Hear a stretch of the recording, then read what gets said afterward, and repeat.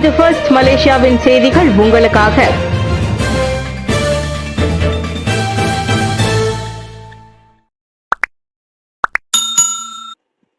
பேரணியில் கலந்து கொள்ளும் அம்னோ உறுப்பினர்கள் மீது நடவடிக்கை எடுக்கப்படும். மற்றொரு நிலவரத்தில் இன்று நடைபெற திட்டமிடப்பட்டிருந்த முன்னாள் பிரதமர் டத்தோஸ்ரீ நஜீப் துன் ரசாக்கிற்கான ஆதரவு பேரணியில் தனிப்பட்ட முறையில் கலந்து கொள்ளும் அம்னோ உறுப்பினர்கள் மீது அக்கட்சி ஒழுங்கு நடவடிக்கையை மேற்கொள்ளும். தேசிய போலீஸ் படை தலைவரின் கட்டளைக்கு இணங்குவதோடு அதனை பின்பற்றுவதற்காகவும் பேரணியில் பங்கேற்க போவதில்லை என்று கட்சி முடிவு செய்திருப்பதாக அதன் தலைவரும் துணை பிரதமருமான டத்தோஸ்ரீ டாக்டர் அகமது சாஹித் ஹமீதி தெரிவித்துள்ளார். ஒரு தனிநபராக இருந்தால் அதற்கான விளைவு எதிர்கொள்வதை அவர்களிடமே விட்டுவிடுகிறோம். அந்த சூழ்நிலையில் எந்த ஒரு பிரிவு மற்றும் கிளைகளில் இருந்து யாரும் ஈடுபட மாட்டார்கள் என்று நம்புகிறோம் என்றார் அவர். அரச மன்னிப்பு ஆணை தொடர்பாக நஜீப் செய்த மேல்முறையீட்டு மனுவை மேல்முறையீட்டு நீதிமன்றம் இன்று செவிமடுக்க உள்ளது. முன்னதாக இப்பேரணியில் கலந்து கொள்ள வேண்டாம் என்றும் மாமன்னரின் உத்தரவை மதிக்கும்படியும் தேசிய போலீஸ் படை தலைவர் தான் ஸ்ரீ ரசருடீன் ஹுசைன் பொதுமக்களை கேட்டுக்கொண்டார். இன்றைய பேரணியில் கலந்து கொள்ளாதீர், பொதுமக்களுக்கு பிடிஆர்எம் அறிவுறுத்து. புத்ரஜயா நீதிமன்ற வளாகத்தின் உரிமையாளரிடம் இருந்து அனுமதி பெறப்படாத நிலையில் இன்று அங்கு நடத்த திட்டமிடப்பட்டிருக்கும் அமைதி பேரணியில் கலந்து கொள்ள வேண்டாம் என்று அரச மலேசிய போலீஸ் படை பொதுமக்களுக்கு அறிவுறுத்தியுள்ளது. அது நடப்பில் உள்ள சட்டத்திற்கு புறம்பான செயல் என்பதால் அதனை மீறி அப்பேரணியில் பங்கேற்கும் நபருக்கு எதிராக பிடிஆர்எம் கடுமையான நடவடிக்கையை மேற்கொள்ளும் என்று புத்ரஜயா மாவட்ட போலீஸ் தலைவர் ஏசிபி ஐரிஷாம் முகமது நேற்று வெளியிட்ட அறிக்கை ஒன்றில் தெரிவித்தார். 2012ஆம் ஆண்டு அமைதி பேரணி சட்டத்தில் உள்ள விதிகளையும் அப்பேரணி பின்பற்றாததால் அதில் கலந்து கொள்ள வேண்டாம் என்று ஏசிபி ஐரிஷாம் பொதுமக்களுக்கு வலியுறுத்தினர். இதனிடையே இன்று புத்ரஜயாவிற்கு செல்லும் சில சாலைகளில் தடுப்பு நடவடிக்கைகள் மேற்கொள்ளப்படவிருப்பதோடு கடுமையான பரிசோதனையும் நடத்தப்படும். இன்று நடத்தப்படும் பேரணியில் தேவையற்ற வாசகங்கள் கொண்ட பதாகைகள் உட்பட ஆயுதங்கள் எதுவும் இல்லாததை உறுதி செய்வதே இந்த பரிசோதனையின் நோக்கம் என்று அவர் விவரித்தார். இன்று எந்த ஒரு பேரணியும் நடத்தப்படக்கூடாது என்ற நோக்கத்துடன் நீதிமன்ற வளாகத்தில் வேலி பொருத்தப்பட்டிருப்பது நேற்று நாம் கண்ட கண்ணோட்டத்தில் தெரிய வந்துள்ளது. முன்னாள் பிரதமர் டத்தோஸ்ரீ நஜீப் துன் ரசாக்கிற்கான ஆதரவு பேரணிக்கு மேற்கொள்ளப்பட்ட விண்ணப்பத்தை பிடிஆர்எம் நிராகரித்ததாக ஊடகங்கள் செய்தி வெளியிட்டிருந்தன. துன்புறுத்தல் தொடர்பான சம்பவங்களில் தற்காப்பு அமைச்சு சமரசம் காணாது. தற்காப்பு அமைச்சின் கீழ் செயல்படும் நிறுவனங்களில் நிகழும் துன்புறுத்தல் தொடர்பான சம்பவங்களில் அவ்வமைச்சு சமரசம் செய்து கொள்ளாது. துன்புறுத்தல் தொடர்பான எந்த ஒரு குற்றச்சாட்டும் விசாரிக்கப்படுவதோடு அதில் தீவிர கவனம் செலுத்தப்படும் என்று தற்காப்பு அமைச்சர் டத்தோஸ்ரீ முகமது காலிட் நோர்டின் தெரிவித்தார்.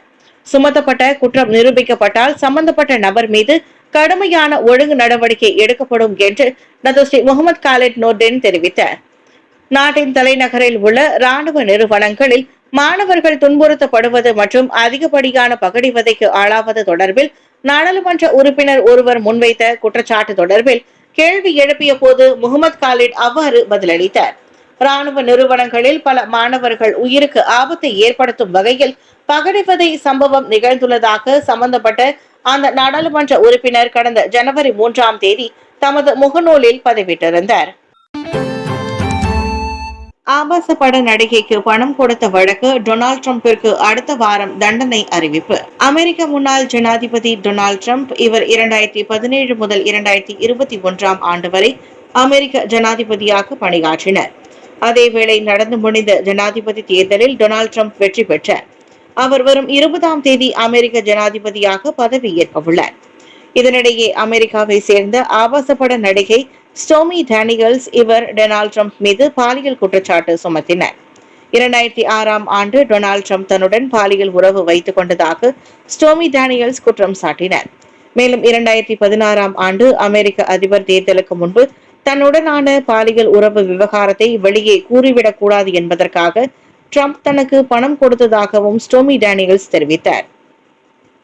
அதேவேளை பிரச்சாரத்திற்காக திரட்டப்பட்ட நிதியில் இருந்து டொனால்ட் ட்ரம்ப் போலி வணிக பதிவுகளை உருவாக்கி $1,30,000 அமெரிக்க பணத்தை ஸ்டோமி டேனியல்ஸ்க்கு கொடுத்துள்ளதாக குற்றச்சாட்டு எழுந்தது.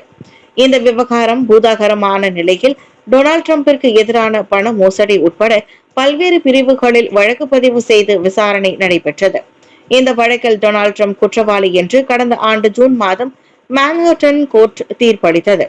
இந்த நிலையில் ஆபாசப்பட நடிகைக்கு பணம் கொடுத்த வழக்கில் டொனால்ட் டிரம்பிற்கு அடுத்த வாரம் கோர்ட் தண்டனை அறிவிக்கிறது. அடுத்த வாரம் 10ஆம் தேதி கோர்ட் தண்டனை அறிவிக்கப்படும். தண்டனை அறிவிப்பின் போது டொனால்ட் டிரம்ப் கோர்ட்டில் நேரிலோ காணொலி காட்சி மூலமாகவோ ஆஜராக வேண்டும் என நீதிபதி தெரிவித்துள்ளார். அதே வேளையில் இந்த வழக்கில் டொனால்ட் டிரம்பிற்கு சிறை தண்டனை விதிக்கப்படக்கூடாது என தகவல்கள் வெளியாகியுள்ளது. இந்த வழக்கில் அபராதம் விதிக்கப்பட்டு டிரம்ப் விடுதலை செய்யப்படலாம் என எதிர்பார்க்கப்படுகிறது. 20ஆம் தேதி அமெரிக்க ஜனாதிபதியாக டிரம்ப் பதவி ஏற்க உள்ள நிலையில் அவர் மீதான வழக்கில் 10ஆம் தேதி தண்டனை அறிவிக்கப்படும் நிகழ்வு அமெரிக்க அரசியல் வட்டாரத்தில் பரபரப்பை ஏற்படுத்தியுள்ளது. மலேசியாவுக்குள் நுழைய முயன்ற 200 அகதிகள் கைது. மலேசியாவுக்கு அண்டை நாடுகளான மியான்மர், வங்காளதேசம் ஆகிய நாடுகளில் இருந்து ஏராளமானோர் சட்டவிரோதமாக நுழைகின்றனர். சமீப காலமாக இந்த எண்ணிக்கை பல மடங்கு அதிகரித்துள்ளது. இதனை கட்டுப்படுத்த எல்லை பகுதியில் மலேசிய அரசாங்கம் கண்காணிப்பை தீவிரப்படுத்தியுள்ளது. இந்த நிலையில் அங்குள்ள கெடா மாகாண பகுதியில் அகதிகள் ஊடுருவ முயற்சிப்பதாக உளவுத்துறைக்கு தகவல் கிடைத்தது. அதன் பேரில் கடலோர போலீசார் அங்கு ரோந்து பணியில் ஈடுபட்டனர். அப்போது அகதிகளை ஏற்றிக்கொண்டு 2 படகுகள் சென்றது கண்டுபிடிக்கப்பட்டது.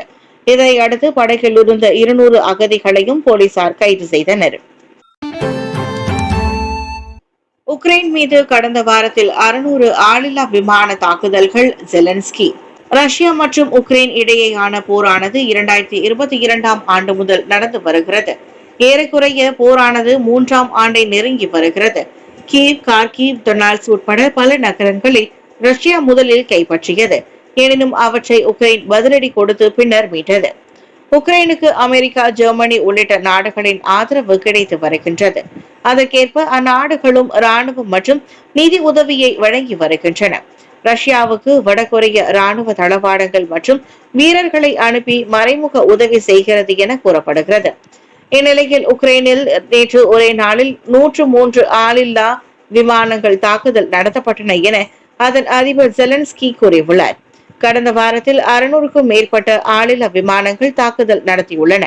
இவற்றுடன் வான்வழி வெடிகுண்டுகள் மற்றும் ஏவுகணைகள் உள்ள என உலகம் முழுவதிலும் இருந்து பெறப்பட்ட 50,000க்கும் மேற்பட்ட பொருட்களை கொண்டு தயாரிக்கப்பட்ட ஆயுதங்களால் தாக்குதல் நடத்தப்பட உள்ளன என்றும் அவர் கூறியுள்ளார். ஒவ்வொரு நாளும் ரஷ்யாவின் ஆளில்லா விமானங்கள் மற்றும் ஏவுகணைகளின் தாக்குதலில் இருந்து எங்களுடைய வான்வழியை நாங்கள் பாதுகாத்து வருகிறோம். இந்த தாக்குதலில் ஈடுபட்ட 103 ஷாஹித் வகை ஆளில்லா விமானங்களில் 8755 வெளிநாட்டு பொருட்கள் இருந்தன எனவும் அவர் கூறியுள்ளார்.